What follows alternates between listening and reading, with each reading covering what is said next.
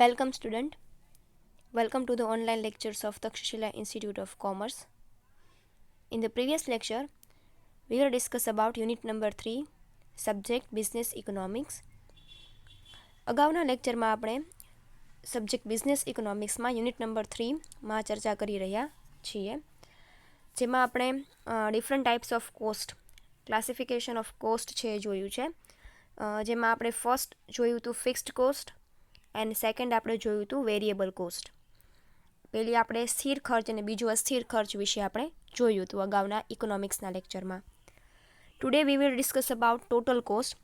Third તમારું જે cost classification છે એમાં ત્રીજી કોસ્ટ છે એ છે ટોટલ કોસ્ટ. તો ટોટલ કોસ્ટ છે એ આપણે આજે જોવાના છીએ. તો તમારી સ્ક્રીન ઉપર તમે જોઈ શકો છો. Third is total cost. There is a cause-effect relationship between total production and total cost. શું કહે છે? કોઝ એટલે શું થાય? એક પ્રકારે આપણે એવું કહી શકીએ કે કોઝ ઇફેક્ટ રિલેશનશિપને ગુજરાતીમાં આપણે કહેવું હોય તો એવું કહી શકાય કે બંને વચ્ચેનો સંબંધ, કાર્યનો સંબંધ, બરાબર? બંને વચ્ચે શું કાર્ય કરવાનું છે, શું કાર્ય કરે છે બંને એકબીજા સાથે જોડાઈને. ટોટલ પ્રોડક્શન એટલે કે કુલ ઉત્પાદન એન્ડ ટોટલ કોસ્ટ એટલે કે કુલ ખર્ચ. એટલે કે there is a cause and effect relationship between total production and total cost. એટલે કે ટોટલ પ્રોડક્શન, કુલ ઉત્પાદન અને કુલ ખર્ચ વચ્ચે કાર્યનો એક સંબંધ છે. Between effects between relationship between એટલે કે બંને વચ્ચે કાર્યકરણનો એક સંબંધ છે ટોટલ કોસ્ટ એન્ડ પ્રોડક્શન વચ્ચે. એટલે કે એવું કહેવા માગે છે કે જેટલું પ્રોડક્શન ઇન્ક્રીઝ થાય, જેટલું પ્રોડક્શન વધે એમ ટોટલ કોસ્ટ પણ શું થાય? વધે. જેટલું પ્રોડક્શન ડિક્રીઝ થાય એટલે કે પ્રોડક્શન ઉત્પાદન ઘટે એટલી ટોટલ કોસ્ટ એટલે કે કુલ ખર્ચ પણ શું થાય? ઘટે. એટલે બંને વચ્ચે શું થયું કહેવાય? કોઝ ઇફેક્ટિવ રિલેશનશિપ થઈ કહેવાય. એક વધે છે તો સામે ટોટલ કોસ્ટ પણ વધશે જ તે. જો ઉત્પાદન વધશે, ટોટલ પ્રોડક્શન વધશે તો ટોટલ કોસ્ટ પણ વધશે જ તે. ટોટલ પ્રોડક્શન છે એ ઘટશે તો ઉત્પાદન છે એ ઘટશે તો પછી તેની સામે કોસ્ટ પણ છે એ શું થશે? ઘટશે.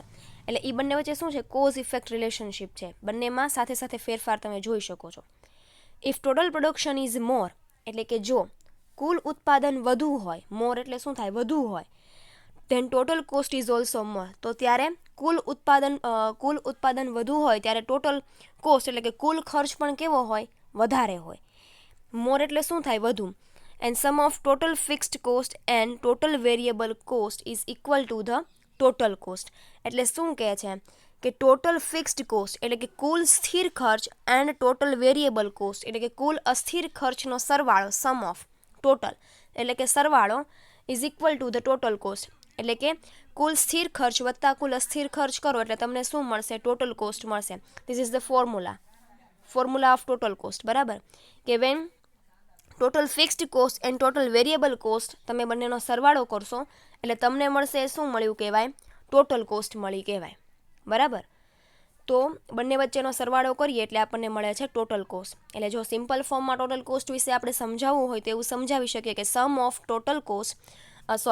Of fixed cost and sum of fixed cost and variable cost is equal to the total cost. એટલે કે સરવાળો સ્થિર ખર્ચ અને અસ્થિર ખર્ચનો સરવાળો એટલે શું થાય? કુલ ખર્ચ. With the increase in production fix cost remains fixed. એટલે કે with the increase in production એટલે કે જેમ ઉત્પાદન વધે, ઇન્ક્રીઝ ઇન પ્રોડક્શન એટલે ઉત્પાદન વધે, ઇન્ક્રીઝ એટલે વધવું, ઉત્પાદન વધે એમ fixed cost remains fix. Fixed cost તો કેવી જ રહેશે? સ્થિર જ રહેશે. સ્થિર ખર્ચ છે એ સ્થિર જ રહેશે. ફિક્સ્ડ કોસ્ટ ઇઝ ફિક્સ એટલે કે સ્થિર ખર્ચ સ્થિર રહે છે. બટ વેરિયેબલ કોસ્ટ ઇન્ક્રીઝ, પણ ઉત્પાદન વધે તો વેરિયેબલ કોસ્ટ એટલે કે અસ્થિર ખર્ચ શું થાય છે? વધે છે. Total cost increase in amount of variable cost.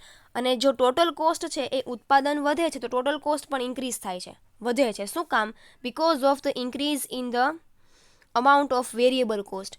કારણ કે વેરિયેબલ કોસ્ટ વધે છે એટલા માટે ટોટલ કોસ્ટને એની ઇફેક્ટ થાય છે, બરાબર? એટલે અહીંયા એવું કહેવા માગે છે કે ઉત્પાદન ભલે ગમે તેટલું વધે, ફિક્સ્ડ કોસ્ટ તો ફિક્સ જ રહે છે. એટલે કે ઉત્પાદન વધે છે તો સ્થિર ખર્ચ છે એ સ્થિર જ રહે છે. But variable cost increase. આપણે અગાઉ કન્સેપ્ટ જોયો વેરિયેબલ કોસ્ટનો, બરાબર? કે ઉત્પાદન વધે તો વેરિયેબલ કોસ્ટ વધે છે. પ્રોડક્શન ઇન્ક્રીઝ થાય ત્યારે વેરિયેબલ કોસ્ટ પણ ઇન્ક્રીઝ થાય છે. પ્રોડક્શન ડિક્રીઝ થાય ત્યારે વેરિયેબલ કોસ્ટ પણ ડિક્રીઝ થાય છે, અને પ્રોડક્શન ઝીરો હોય ત્યારે વેરિયેબલ કોસ્ટ કેવું હોય છે? ઝીરો હોય છે. તો ટોટલ કોસ્ટને ઇફેક્ટ કરે છે એ કરે છે કઈ? તો કે the amount of variable cost. એટલે કે જો વેરિયેબલ કોસ્ટ ઇન્ક્રીઝ થાય તો એની સામે ટોટલ કોસ્ટ છે ઇન્ક્રીઝ થશે. Therefore TC curve is above, એટલે કે એટલા માટે જે કુલ ખર્ચની રેખા છે એ ઉપર હોય છે, ઉપરના ભાગ પર હોય છે, because of the effect of variable cost. Variable cost એટલે કે અસ્થિર ખર્ચની અસરના કારણે ટોટલ કોસ્ટની જે રેખા છે એ શું હોય છે? ઉપર હોય છે. ટોટલ વેરિયેબલ કોસ્ટ કહો above the total variable cost કહો, એટલે કે કુલ ખર્ચની રેખા છે એ કુલ અસ્થિર ખર્ચની રેખા કરતાં ઉપર હોય છે. Note that the difference between total cost and total variable cost is constant because of which total cost and total variable cost are parallel to each other. Note that the difference between, એટલે કે બહુ બંને વચ્ચે તફાવત હોતો નથી. કોની વચ્ચે?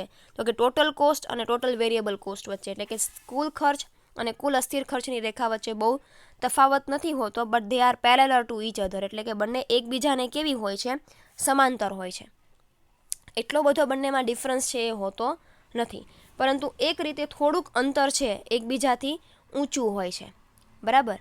We can see in the diagram, જે આપણે ડાયાગ્રામમાં જોશું. બરાબર. સો હવે આપણે બાજુમાં છે તમને સ્કેડ્યુઅલ આપ્યું છે, એટલે કે અનુસૂચિ આપી છે, ને તેની બાજુમાં ડાયાગ્રામ આપેલો છે. તો આપણે એ ડાયાગ્રામનો અનુસૂચિ જે છે, સ્કેડ્યુઅલ છે, એના મુજબ જે ડાયાગ્રામ છે એ જોઈએ એટલે આપણને વધારે ખ્યાલ આવશે કે કેવી રીતે છે ટોટલ કોસ્ટનું જે કર્વ છે એ અબોવ છે ટોટલ વેરિયેબલ કોસ્ટ કરતાં, એટલે કે કુલ અસ્થિર ખર્ચની રેખા કરતાં કુલ ખર્ચની રેખા કેવી રીતે તમે ઉપરની તરફ જોઈ શકો છો. So in the schedule there are 4 column. એક પ્રોડક્શન આપેલું છે, ટોટલ ફિક્સ્ડ કોસ્ટ આપેલી છે, ટોટલ વેરિયેબલ કોસ્ટ આપેલી છે, અને ટોટલ કોસ્ટ આપેલી છે. શું કામ 3 આપેલી છે? તો કે total cost is equal to the sum of variable cost and fixed cost. બરાબર. તો કે ભાઈ ટોટલ કોસ્ટ આપણને કેવી રીતે મળે? તો કે ભાઈ કુલ સ્થિર ખર્ચ અને અસ્થિર ખર્ચનો સરવાળો કરીએ એટલે આપણને કુલ કોસ્ટ મળે, મતલબ કે ટોટલ કોસ્ટ મળે. તો પ્રોડક્શન તમને આપેલું છે 0 છે, ત્યારે ફિક્સ્ડ કોસ્ટ છે એ 100 છે, અને વેરિયેબલ કોસ્ટ છે એ 0 છે, 0 છે. શું કામ? તો કે પ્રોડક્શન જ્યારે કંઈ પણ ન કરતા હોઈએ આપણે ત્યારે વેરિયેબલ કોસ્ટ પણ કેવું હોય? 0 હોય. ઇટ મીન્સ પ્રોડક્શન 0 છે ત્યારે વેરિયેબલ કોસ્ટ પણ કેવું હોય? 0 હોય. બટ સ્થિર ખર્ચ એટલે કે ફિક્સ્ડ કોસ્ટ છે એ હંમેશા કેવી રહે છે? ફિક્સ્ડ રહે છે. એટલે કે 0 ઉત્પાદન છે ત્યારે ફિક્સ્ડ કોસ્ટ છે એ 100 છે, અને વેરિયેબલ કોસ્ટ છે એ 0 છે, એટલે કે 0 છે. તો બંનેનો તમે સરવાળો કરો તો તમને મળશે ટોટલ કોસ્ટ, એટલે કે 100. બરાબર. પછી પ્રોડક્શન 10 યુનિટ્સ છે ત્યારે તમારું ટોટલ ફિક્સ્ડ કોસ્ટ છે એ 100નું 100 જ છે, અને વેરિયેબલ કોસ્ટ છે એ 80 રૂપિયા થાય છે. શું કામ? તો કે 10 યુનિટ તમારા જે પ્રોડક્શનના વધ્યા તેની સામે 80 રૂપિયા છે તમારી વેરિયેબલ કોસ્ટ પણ શું થઈ? વધી. એટલે બંનેનો સરવાળો કરો એટલે કેટલું આવે? 100 + 80 is equal two 180. Total cost તમારી 180 થાય. એવી જ રીતે 20 રૂપિયા ઉત્પાદનના 20 એકમો છે ઉત્પાદનના 20 units. At that time fixed cost 100, variable cost 150. તો ટોટલ કરો તો કેટલું આવે? 250.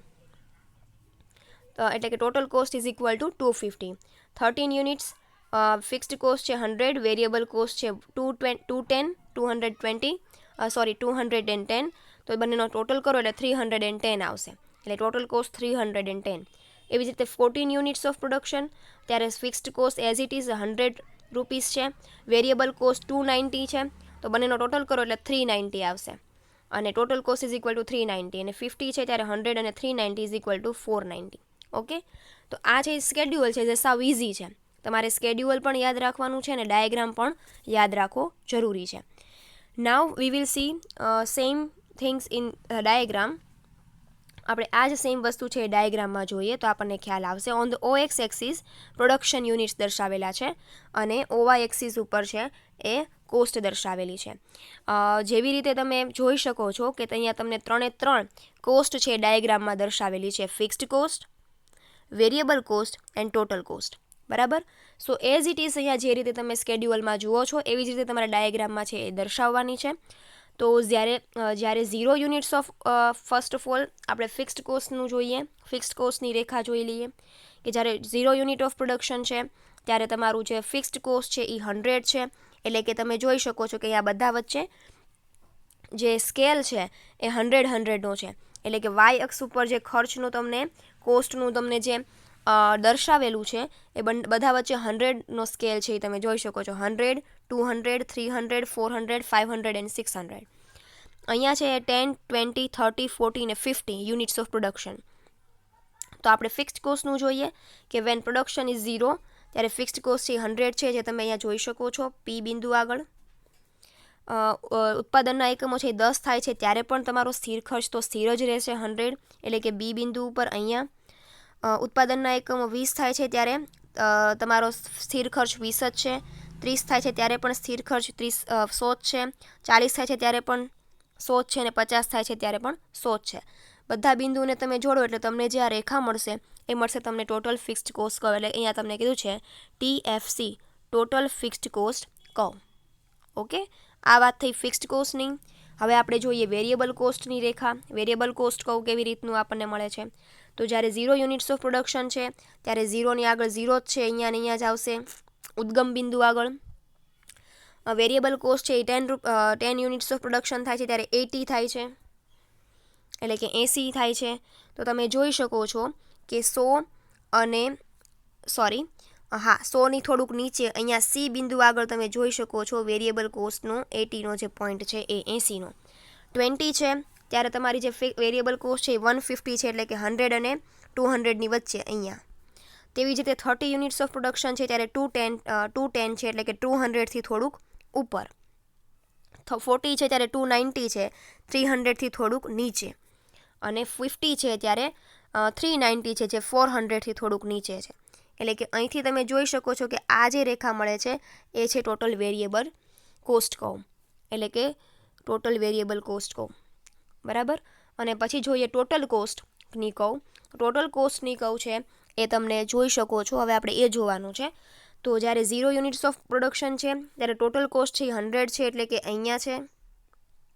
ઓકે, જ્યારે 10 યુનિટ્સ ઓફ પ્રોડક્શન છે ત્યારે 180 છે, એટલે કે 200થી થોડુંક નીચે અહીંયા. 20 યુનિટ્સ ઓફ પ્રોડક્શન એટલે કે 20 એકમો છે ઉત્પાદનના ત્યારે 250 છે, એટલે કે 200 અને 300ની વચ્ચે. 30 છે ત્યારે 310 છે, તો એ 300થી થોડુંક ઉપર છે અહીંયા. 40 છે ત્યારે 390 છે, જે 400થી થોડુંક નીચે છે એનો પોઈન્ટ. અને જ્યારે 50 છે ત્યારે 490 છે, એટલે કે 500થી થોડુંક નીચે.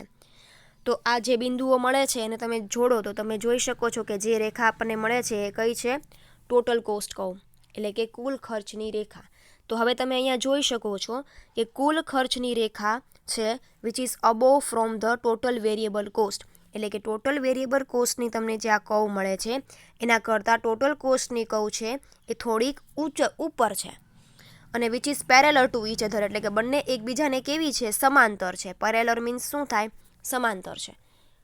ઓકે, હવે તમને એ જ વસ્તુ છે તમને અહીંયા નીચે સમજાવેલી છે, જે મેં તમને ડાયાગ્રામમાં હમણાં સમજાવી છે. તો પેરેગ્રાફ જોઈએ. ઓન એક્સ એક્સિસ પ્રોડક્શન, એટલે કે એક્સ અક્ષ ઉપર પ્રોડક્શન દર્શાવેલું છે. On Y axis cost is shown, એટલે કે ખર્ચ દર્શાવેલો છે. Which is increase in the production, એટલે કે જો ઇન્ક્રીઝ ઇન ધ પ્રોડક્શન એટલે કે ઇન્ક્રીઝ ઇન પ્રોડક્શન એટલે ઉત્પાદન વધે છે તેમ કોસ્ટ શું થાય છે? વધે છે.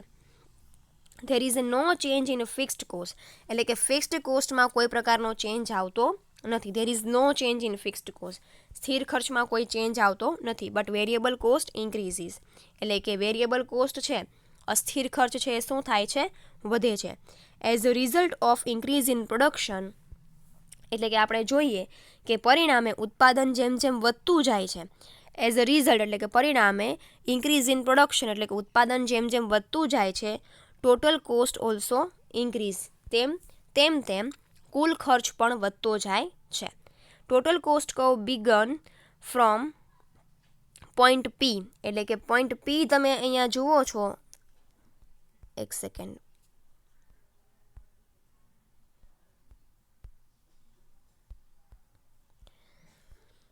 એટલે કે પોઈન્ટ પી અહીંયા જુઓ છો તમે, એ પોઈન્ટ પર the curve total cost curve begin from point P on Y axis, એટલે કે વાય અક્ષ ઉપર જે પી બિંદુ દર્શાવેલું છે ત્યાંથી તમારે ટોટલ કોસ્ટની કર્વ છે એ ચાલુ થાય છે. This shows that if output is 0 then also total fixed cost 100, જે દર્શાવે છે કે આઉટપુટ ઇઝ 0, એટલે કે ઉત્પાદન છે એ 0 છે, છતાં ટોટલ ફિક્સ્ડ કોસ્ટ છે એ કેટલી છે, 100 છે, જે ઓપી બિંદુ છે એના દ્વારા જોઈ શકાય છે. While total variable cost is 0, એટલે કે જ્યારે કુલ ઉત્પાદન માટેની જે વેરિયેબલ કોસ્ટ એટલે કે અસ્થિર ખર્ચ છે એ કેવો છે, 0 છે. As the production increases total fixed cost remains constant, એટલે કે જેમ એઝ પ્રોડક્શન ઇન્ક્રીઝિસ, જેમ ઉત્પાદન વધે છે તેમ total fixed cost remains constant, total fixed cost છે એ કોન્સ્ટન્ટ સ્થિર રહે છે. ટોટલ સ્થિર ખર્ચ છે એ સ્થિરનો સ્થિર રહે છે અને variable cost increase, total variable cost increase, એટલે કે કુલ અસ્થિર ખર્ચ છે એમાં વધારો થાય છે. Due to this total variable cost curve move upward left, તેથી જે ટોટલ વેરિયેબલ કોસ્ટ છે ઇઝ મૂવ અપવર્ડ, જે ઉપરની તરફ છે જતી જોવા મળે છે. અપવર્ડ એટલે ઉપરની તરફ જતી જોવા મળે છે. From left hand side to right hand side, એટલે કે ડાબી બાજુથી જમણી બાજુ ઉપરની તરફ. From left hand side to right hand side, ડાબી બાજુ નીચેથી જમણી બાજુ ઉપરની તરફ.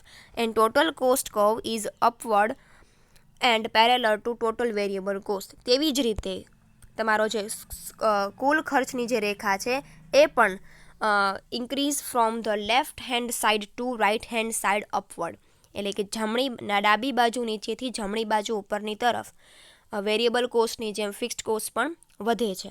Which is parallel to each other, એટલે કે બંને એકબીજાને કેવી છે, પેરેલર, મીન્સ કે બંને એકબીજાને સમાંતર રીતે વધે છે. ઓકે, તો આ વાત થઈ ટોટલ કોસ્ટની, જે તમે જોઈ શકો છો, જે આજે આપણે સમજી છે. હવે આપણે જોવાનું છે variable cost, average fixed cost. ચોથી જે તમારી કોસ્ટ છે એ છે એવરેજ ફિક્સ્ડ કોસ્ટ, બરાબર, એટલે કે સરેરાશ સ્થિર ખર્ચ.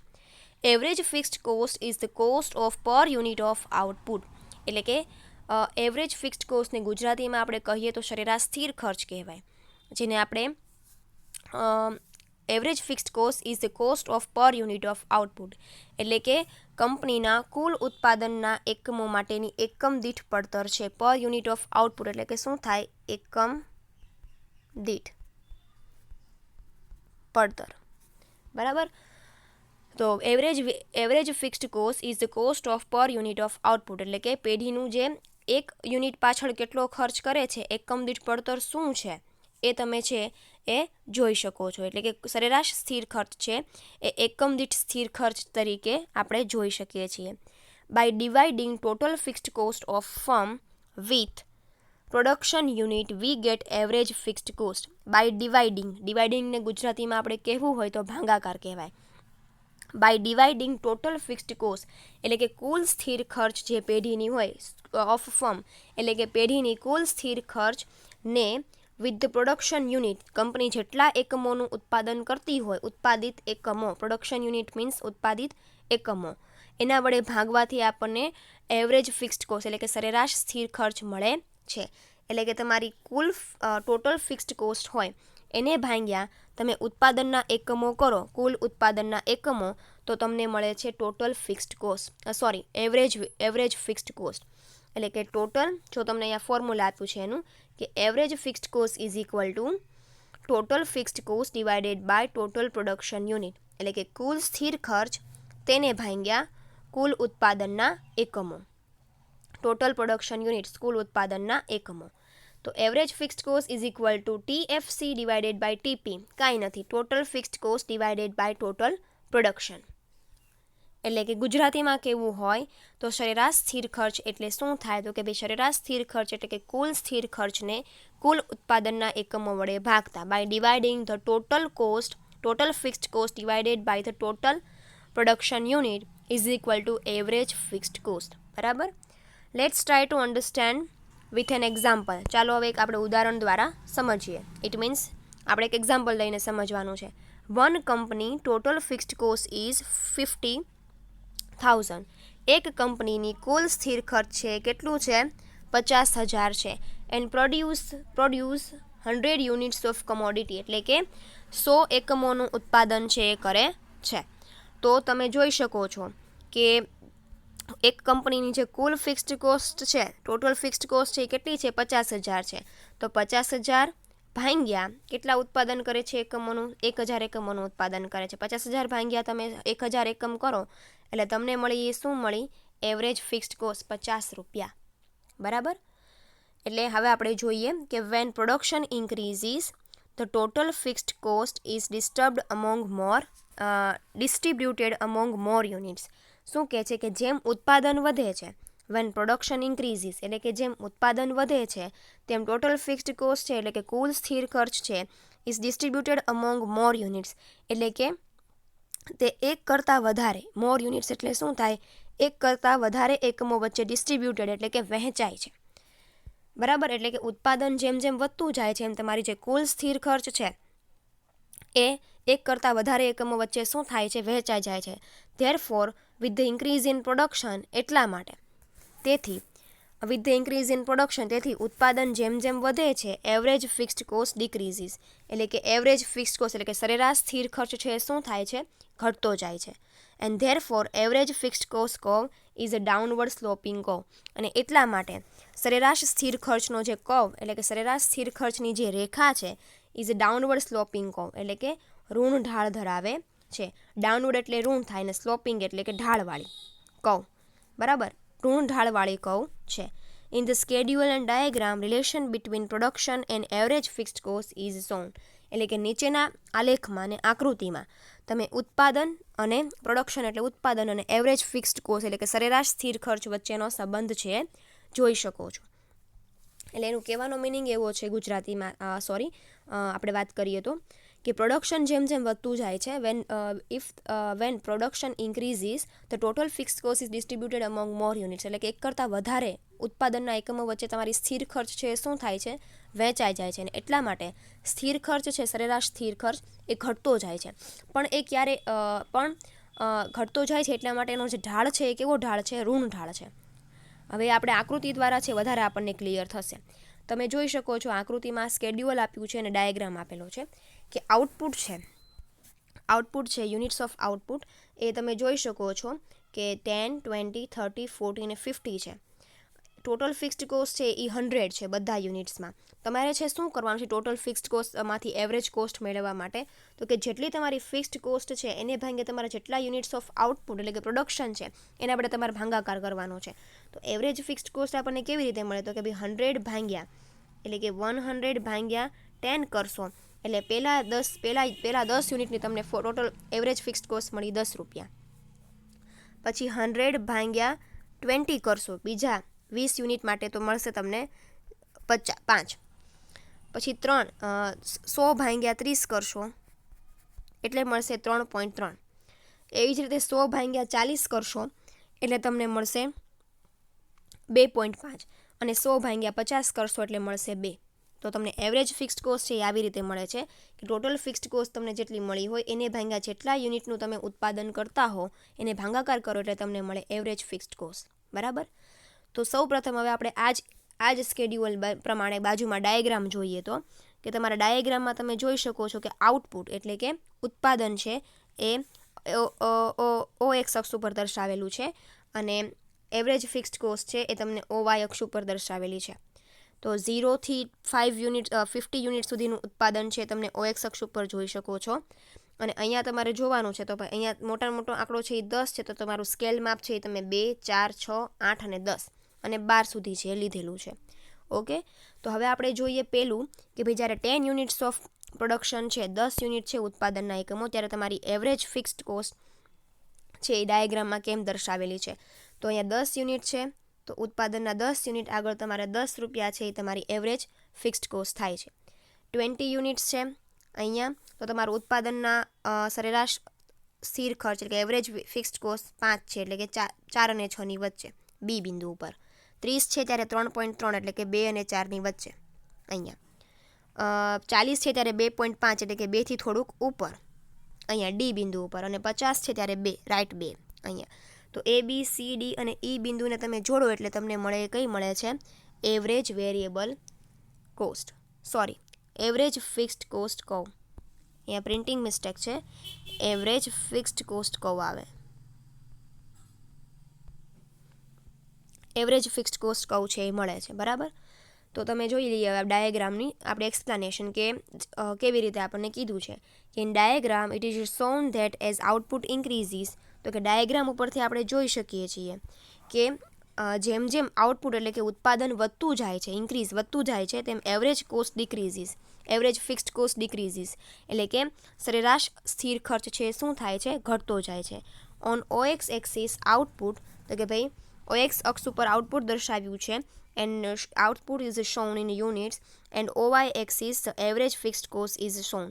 એટલે કે OY અક્ષ ઉપર છે શું દર્શાવેલું છે, એવરેજ ફિક્સ્ડ કોસ્ટ દર્શાવેલી છે. Average fixed cost decreases as output increases. શું કહે છે કે એવરેજ ફિક્સ્ડ કોસ્ટ એટલે કે સરેરાશ સ્થિર ખર્ચની જે ખર્ચ છે એ ઘટતો જાય છે. એટલે કે આપણે જોઈએ છીએ કે સરેરાશ સ્થિર ખર્ચ છે એ ઘટતો જાય છે જેમ ઉત્પાદનના એકમો છે એ વધતા જાય છે. એટલે એમ કીધું છે, એટલા માટે એમ કીધું છે કે એવરેજ ફિક્સ્ડ કોસ્ટ ડિક્રીઝીસ એટલે કે સરેરાશ સ્થિર ખર્ચ છે એ ઘટે છે એઝ આઉટપુટ ઇન્ક્રીઝીસ, જેમ ઉત્પાદન વધે છે.